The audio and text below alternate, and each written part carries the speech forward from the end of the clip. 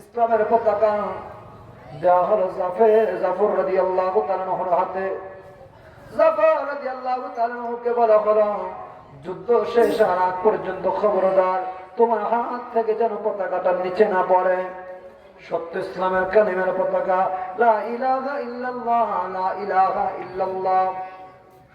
এবার আমার ভাইরা বন্ধনা গভীরভাবে খেয়াল করেন, নবীর দামি দামি সাহাবীরা ইমাম হোসেন রাদিয়াল্লাহু তাআলা আনহুর সঙ্গে তারা আছে।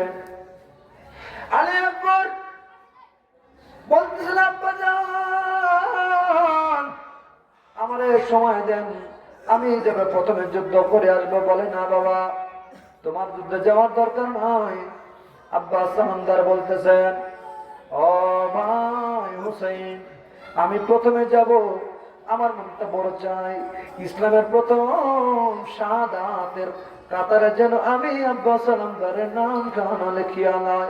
জোরে বলেন আল্লাহু আকবার।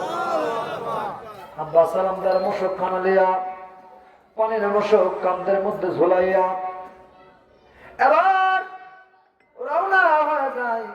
আহারে, হাজার হাজার সৈন্যের বেড়া পানি আনার জন্য যায়। তার আগে বলে, শোনো, তোমরা আমার দিকে তাকাও, আমরা এখানে যুদ্ধের জন্য আসি নাই। তোমাদের মধ্যে কি একজন নানার উম্মত নাই? রাহমাতুল লিল আলামিনের উম্মত একজনও কি নাই? বলতেছিল, কেন? আমরা সবাই মুসলমান। ওই পাশ থেকে বলতেছিল, সবাই আমরা সবাই মুসলমান। বলতেছিল, আপনি কেমন মুসলমান? তোমরা কেমন মুসলমান? নানার দৈহিত্র ইমাম হোসেনকে তোমরা এইভাবে কষ্ট দিতেছো, আবার বলো তোমরা মুসলমান। কেমন মুসলমান? আজকে 3 দিন যাবত তোমরা পানি বন্ধ করে দিয়েছো। বলে, তোমার কাছ থেকে আমরা ইসলাম শিখতে আসবো না। জোরে কর নাউজুবিল্লাহ। এখনো পর্যন্ত এমন মানুষ আছে আমাদের দেশে, এই বদমাশ এখনো আছে, যারা বলে নবীর রওজা শরীফটা যদি ভাঙা হতো তাহলে পরে শিরিকের কারখানা বন্ধ হইতো। জোরে কর নাউজুবিল্লাহ। এরা চায় নবীর থেকে মানুষকে, তার উম্মতদের ভালোবাসা থেকে মানুষকে জুদা করার জন্য। পৃথিবীর কোন ধর্মের ভিতরে, খেয়াল করেন কথাটা,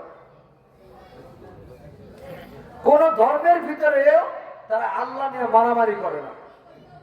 সবাই বলে, যারা হিন্দু আছে তারা বলে ভগবান, যারা বৌদ্ধ আছে বলে শিব, যারা খ্রিস্টান আছে বলে ঈশ্বর। কেউ বলে বলে না?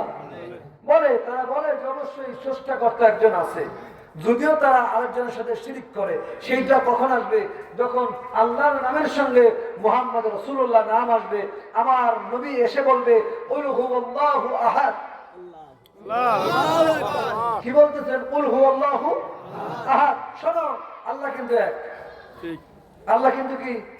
কিন্তু তারা তো এক মানে না।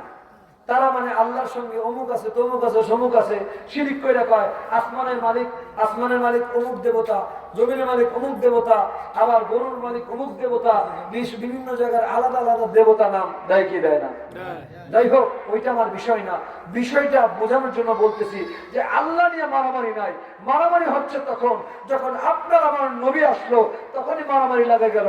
কারণ হচ্ছে নবী এসে বলতেছে, ইন্নাদ দীনা ইনদাল্লাহিল ইসলাম। আল্লাহর কাছে মনোনীত ধর্মের নাম কি? ইসলাম। কি? তখন মারামারি লেগে গেল। গোপনে মানুষকে মুসলমানের সুরত দিয়া, দাড়ি রাখাইয়া, টুপি পরাইয়া, পাগড়ি পরাইয়া, আভা লাগাইয়া কিছু বদমাশ পাঠায় দিয়েছে। এদেরকে কোরআন তেলাওয়াত পর্যন্ত শিক্ষা দিয়েছে। দেখবেন আমার ভাইরা ইমরান বশির নামে এক, আমার ভাইরা খ্রিস্টান, কি বলবো এটাকে, নাস্তিক দাবি করে, কিন্তু মূলত নাস্তিক না। নাস্তিকদের জন্য তো কোনো ধর্মই নাই। কি কোনো ধর্ম আছে? কোন ধর্ম নাই। কিন্তু এ মূলত ইসলামকে বিদ্বেষী, ইসলাম বিদ্বেষী কথাবার্তা বলার জন্যই তারা বিভিন্ন কোরআন শিক্ষা করেছে, হাদিস শিক্ষা করেছে, কিভাবে ইসলামকে বিভিন্নভাবে আমার ভাইরা কি করা যায়, সমালোচিত করা যায়, যেটা সঠিক না সেইটাকেও তারা কথা বানায় ঢানায়া ইসলামকে মূলত মানুষের কাছে খারাপ ভাবে তুলে ধরার জন্য।